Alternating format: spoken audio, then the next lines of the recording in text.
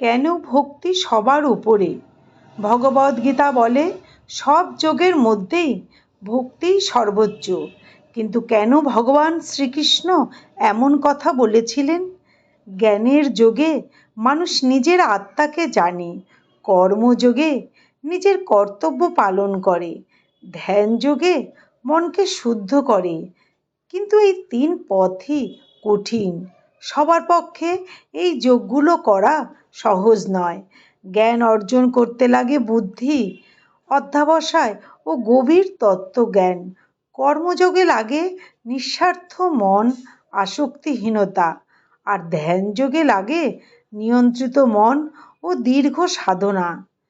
কিন্তু ভক্তি তা সব মানুষের নাগালের মধ্যে।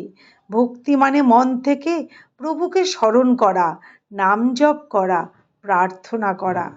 এই ভক্তি এমন কিছু নয় যা শুধু শিক্ষিত বা জ্ঞানী লোকের জন্য। ভক্তি এমন এক সহজ পথ যা একজন সরল কৃষক, একজন মা, একজন শিশু সবাই অনুসরণ করতে পারে। কারণ ভক্তি মাথার নয়, ভক্তি হলো হৃদয়ের।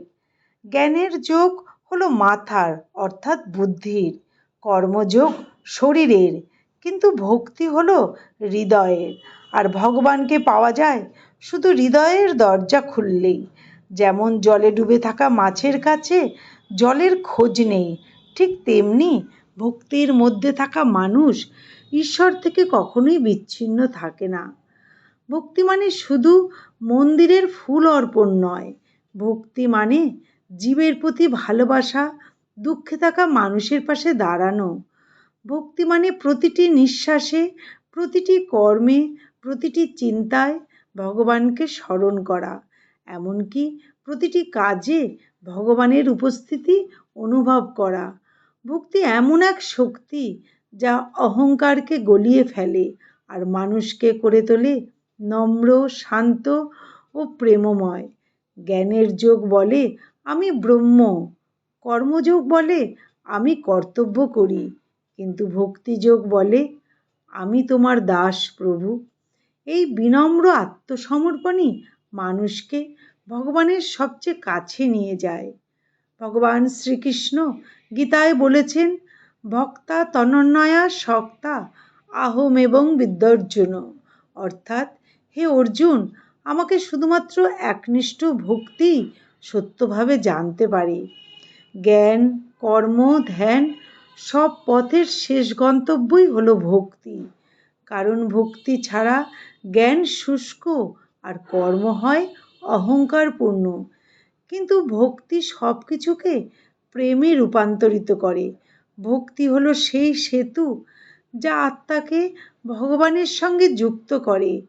যে হৃদয়ে ভক্তি আছে তার জীবনে দুঃখও মধুর হয়ে ওঠে, কারণ সে জানে সবই ভগবানের ইচ্ছা, সবই তার লীলা। তাই ভক্তি মুক্তির সবচেয়ে সহজ পথ। ভক্তি হলো প্রেমময়, ভক্তি শান্তির, আর ভক্তি ঈশ্বর প্রাপ্তির দরজা খুলে দেয়।